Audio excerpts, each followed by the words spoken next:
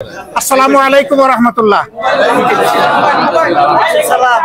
আমরা আজকে এসেছিলাম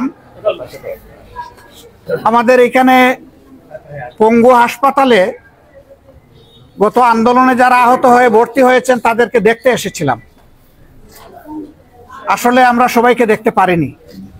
সবাইকে দেখতে গেলে এখানকার চিকিৎসা ব্যবস্থায় ব্যাঘাত সৃষ্টি হবে এই চিন্তা করে আমরা অল্প সংখ্যক আহত ভাইদেরকে দেখে এখানে বের হয়ে এসেছি। ঠিক আমার পাশে আপনারা একজনকে দেখতে পাচ্ছেন, তার হাড় দুটোই ভেঙে গেছে বুলেটের আঘাতে, মাংসগুলা থেতিয়ে গেছে। কত সময় লাগবে ভালো হতে আল্লাহই ভালো জানেন। আমরা আশা করছি তার হাড়টা ঠিকবে, কিন্তু আজকে দেখে আসলাম কতগুলা পা চলে গেছে, অলরেডি অ্যাম্পুটেড, কাটা হয়ে গেছে। এরা জীবনে ওই পাটা আর ফিরে পাবে না। তাও তারা একটা পা নিয়ে দুটা হাত নিয়ে হয়তো আল্লাহ চাইলে ইনশাল্লাহ বাঁচবে। কিন্তু যারা এই বুলেটের আঘাতে দুনিয়া থেকে চলে গেল, আমি এই মুহূর্তে তাদেরকে গভীর শ্রদ্ধার সাথে স্মরণ করছি। আল্লাহ পাকের দরবারে দোয়া করছি আল্লাহ যেন তাদেরকে শহীদের মর্যাদা দান করেন এবং তাদের পরিবারকে যেন আল্লাহ তাআলা প্রশান্তির হাত বুলায় দেন, সবরে জামিল আতা করেন। আর আহত যারা আছে তাদেরকে যেন দ্রুত আল্লাহ তাআলা সুস্থতার নিয়ামত দান করেন। আমি প্রত্যেকটা অসুস্থ ব্যক্তি, আহত ব্যক্তি যাদেরকে দেখতে পেরেছি আমি জিজ্ঞেস করেছি আপনার অনুভূতি কি? আপনার হাত চলে গেছে, পা চলে গেছে, ভেঙে গেছে, অবশ হয়ে গেছে, আপনার অনুভূতি কি? সবাই একই কথা, আমি সুখী, আমি আনন্দ ভোগ করছি এবং আমি আল্লাহর শুকরিয়া আদায় করছি যে জাতির নাজাতের জন্য, মুক্তির জন্য আল্লাহ তাআলা আমাকে লড়াই করার শক্তি দিয়েছিলেন। আমি একজনকে জিজ্ঞেস করলাম তোমার এক পা চলে গেছে, আবার যদি এরকম কোনো প্রয়োজন হয় জাতির, বলে যে আরেক পা দেব। আমি বললাম ওইটাও যদি চলে যায়, বলে যে জীবন দেব। মানুষ যখন এইরকম নিজের জাতির জন্য দাঁড়ায় যায়, এই জাতিকে কেউ আর দাবায় রাখতে পারে না এবং কেউ পারবে না ইনশাআল্লাহ।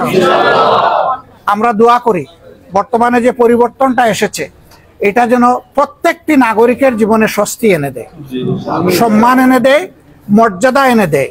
আমরা যেন দেশের ভিতরে এবং বাইরে নিজের পরিচয়টা স্বস্তির সাথে, গৌরবের সাথে পেশ করতে পারি যে আমি একজন বাংলাদেশী। আল্লাহ তাআলা যেন এই তৌফিক দেন।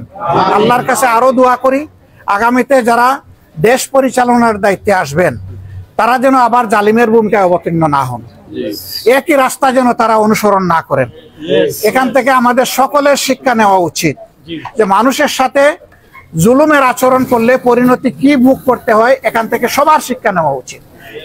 এই শিক্ষা শুধু আওয়ামী লীগ দিবে না, এটা জামাতকেও নিতে হবে, বিএনপিকেও নিতে হবে, যারাই মানুষের জন্য রাজনীতি তাদের সবাইকে নিতে হবে, যাতে একই গর্তে বারবার জাতির পা না পড়ে। আমরা এখানকার চিকিৎসায় যারা নিয়োজিত আছেন, মাননীয় পরিচালক সহ তাদের সকলকে, চিকিৎসক, নার্স, টেকনোলজিস্ট, টেকনোক্রেট, আয়া যারাই আছেন এখানে সবাইকে আমরা কৃতজ্ঞতা জানাচ্ছি, দোয়া করছি আল্লাহ তাআলা তাদের মর্যাদা যেন সমুন্নত করে দেন। আমরা প্রত্যেককে জিজ্ঞেস করেছি ওনাদের চিকিৎসায় আপনারা সন্তুষ্ট কিনা, তারা বলেছে আমরা 100% সন্তুষ্ট, আলহামদুলিল্লাহ। এটা বিশাল একটা দোয়ার ব্যাপার। আমরা ওনাদের জন্য দোয়া করি আল্লাহ তাআলা ওনাদের মেধা এবং যোগ্যতায় আরো বেশি বরকত দান করুন, যাতে তারা দীর্ঘদিন জাতির এই খেদমত তারা করতে পারেন, মর্যাদার সাথে করতে পারেন। আপনাদের সকলের মাধ্যমে দেশবাসীর কাছে আমাদের অনুরোধ যে ক্ষয়ক্ষতি হয়ে গেল আমরা যেন সবাই আমাদের নাগরিক সামগ্রিক দায়িত্ব মনে করে শহীদ পরিবার, আহত এবং পঙ্গু যারা হয়েছে তাদের পাশে যেন আমরা আমাদের একটা খোলা অন্তর নিয়ে দাঁড়াতে পারি। আল্লাহ আমাদেরকে তৌফিক দান করুন। আসসালামু আলাইকুম ওয়া রাহমাতুল্লাহ।